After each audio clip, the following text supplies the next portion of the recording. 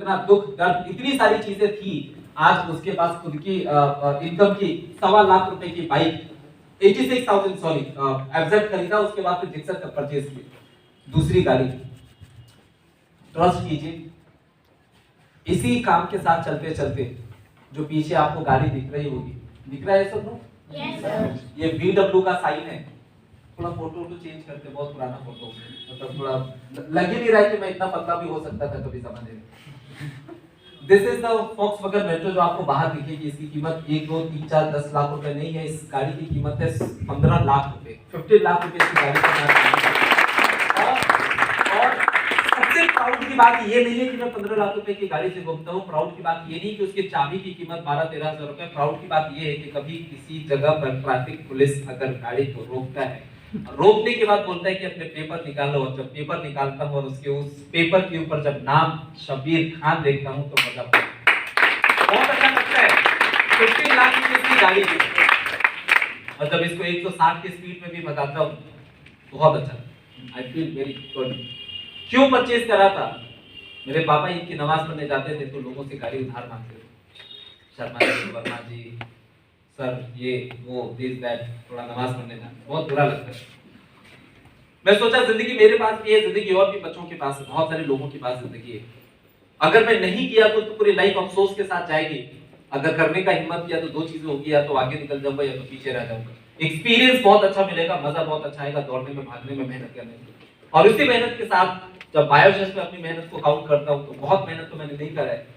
बायोशेस के साथ चलते हुए जो पिछले साल भर के अंदर जो मैंने टर्नओवर बायोशेस को दिया है with in lockdown period also, right, वो करीब करीब 1 करोड़ 20 लाख रुपए का 1.25 करोड़ रुपए का टर्नओवर मैंने बायोशेस के अंदर किया है।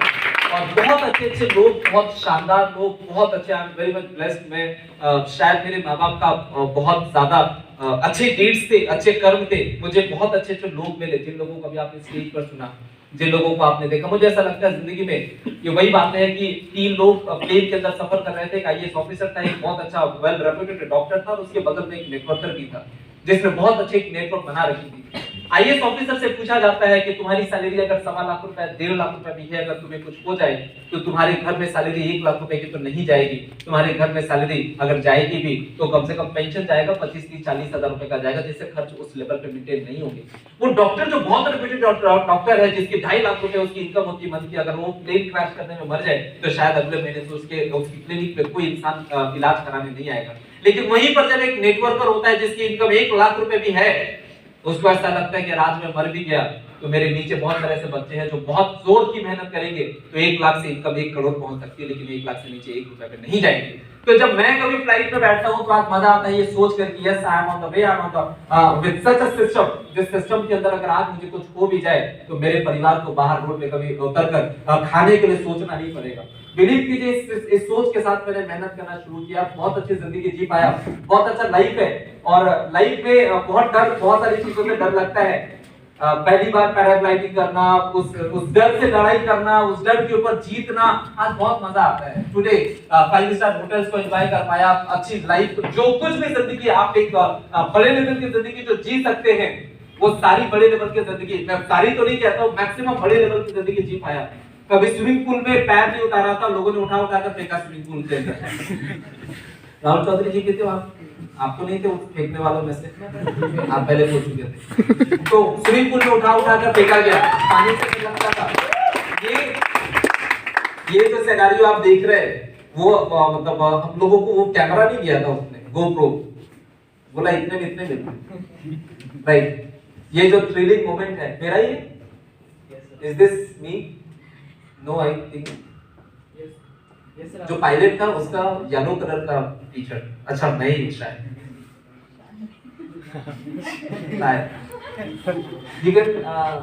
Just think about the thrill, जब आप इतनी ऊंचाई पर होते हैं और आप ऐसे सीधे खड़े हैं और आपको ऐसे टेढ़ा कर दिया जाए तो कैसा लगेगा? ऐसा लगता है जान निकल कर हाथ में आ गई। ये बहुत सिंपल है, इसमें म्यूजिक वगैरह नहीं डाला हमने अभी, तो आपको बहुत सिंपल लग रहा होगा, लेकिन मैं बाय गॉड कह रहा हूं, जब आपकी जान निकल रही होती है और उसको बोलते हैं कि भैया मत करो मत करो मत करो, तो बोलता है बहुत नॉर्मल है तो कुछ नहीं होता। ऐसा लगता है अभी पिस्तौल होती तो अभी उसको उड़ा देते। राइट। तो जस्ट ये सारी चीजें जिंदगी के अंदर होना just it was just like an impossible, लेकिन ये सब कुछ लाइफ में हो पाया।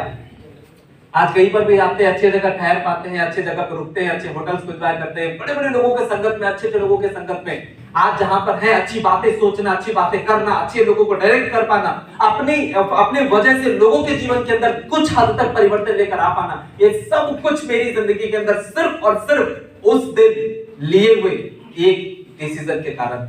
मेरे पास ऑप्शंस थे, मेरे दोस्त एक तरफ खड़े थे, मेरे रिश्तेदार एक तरफ खड़े थे, मेरे परिवार वाले लोग एक तरफ खड़े थे, सभी लोग कह रहे थे ऐसा कुछ नहीं होता, ये वो दिस दैट, तुम्हारी लाइफ खराब हो जाएगी, बहुत सारी ऐसी बातें थी। बट कोई बात नहीं, इसको रहने दीजिए, बार बार याद मत दिलाइए मुझे, बोल रहा राइट। बहुत सारे ऑप्शंस थे, लेकिन मैंने एक चीज जिंदगी के अंदर सोची थी और उसी लाइफ के साथ मैं खत्म भी करना चाहता हूँ। एक चीज जिंदगी में सोची थी, अगर मैंने नहीं शुरू किया तो मरते वक्त तक जिंदगी में अफसोस होगा, काश कर लेना चाहिए। और अगर मैंने शुरू किया तो दो बातें होंगी, या तो मैं दुनिया को दिखा दूंगा कि मेरा क्या नाम है, दुनिया को बता दूंगा, दुनिया में अपनी पहचान बना लूंगा, और अगर नहीं हो पाया तो कुछ न कुछ एक्सपीरियंस जरूर मिलेगा जो कहीं ना कहीं मेरे लिए काम का हो चुका होगा। 10,000 rupees, 5,000 rupees is not a matter of concern, what matter most is your dream, right. It will take time. आप जब अगर धान रोपते हैं, it takes a time of 6 month. हर 6 महीने में आप बदल सकते हैं, लेकिन जब आप आम का गुठली रोपते हैं तो 6 मंथ में आपको हो सकता है फल ना मिले, 1 साल में ना मिले, 1.5 साल में ना मिले, 3 साल 4 साल में ना मिले, 5वें साल में वो आम का एक फल मिलता है आपको। लेकिन जब आम का एक बार फल मिलता है ना, तो आपके मरने के बाद 50वीं जनरेशन होती है, हो सकता है उसको भी उस उगाए हुए पेड़ से फल मिल सकता है।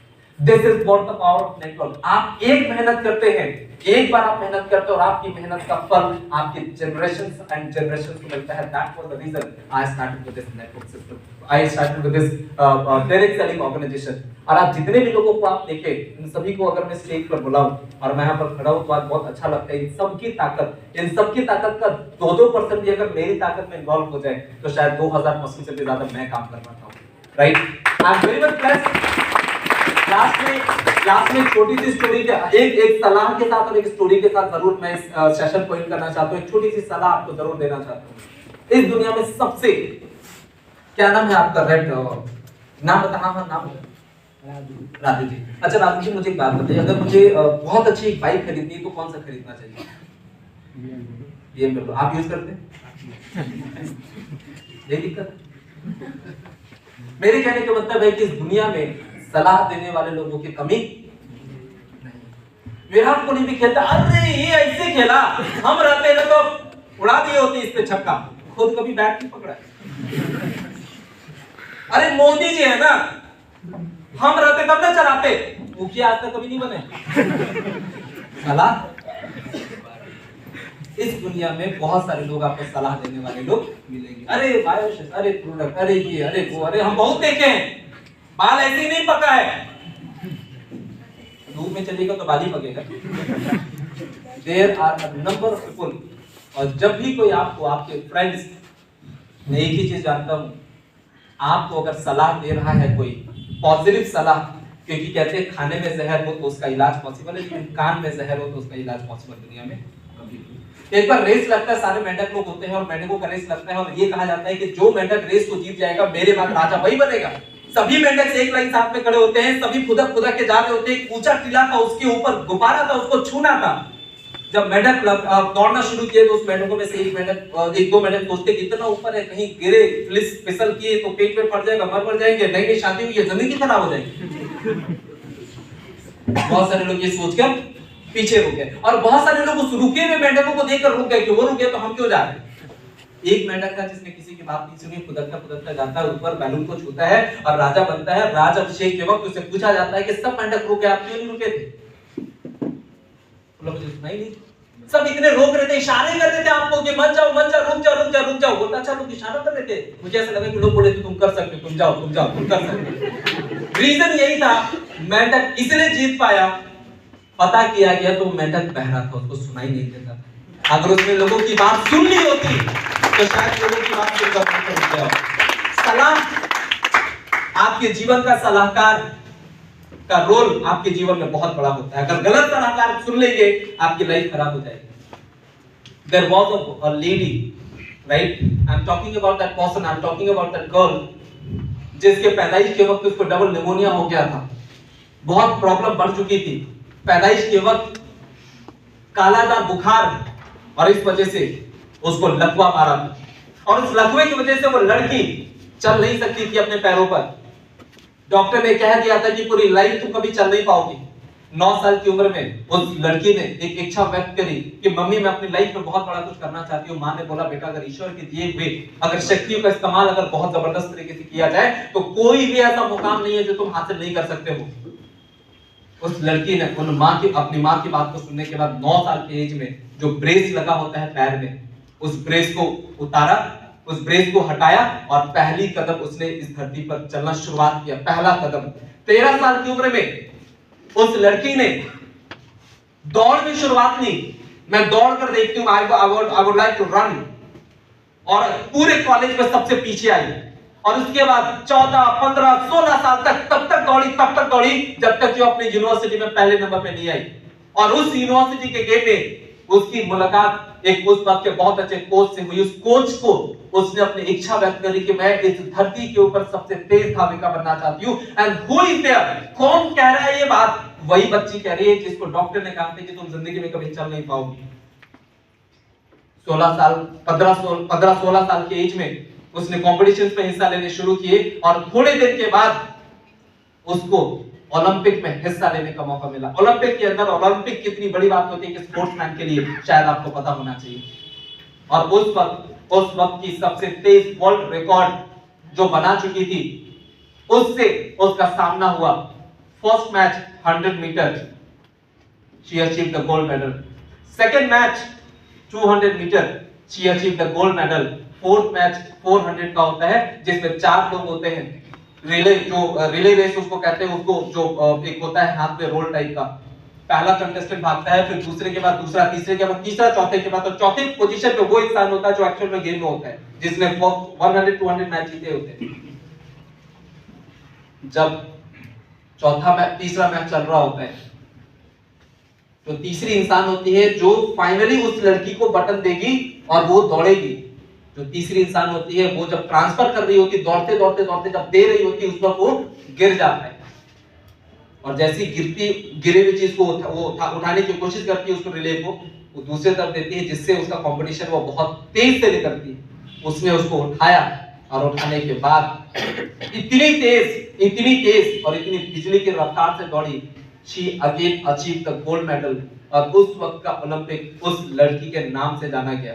उस लड़की के नाम से जो पैर से लकवा ग्रस्त जरूर थी, लेकिन अपने सोच से लकवा ग्रस्त नहीं थी। और मैं उस लड़की का नाम अगर बताऊं आपको तो you will amazed to listen, आप जरूर सर्च कीजिएगा। she is none other than Wilma Rudolph. एक लड़की जिसने इतिहास बना दिया है।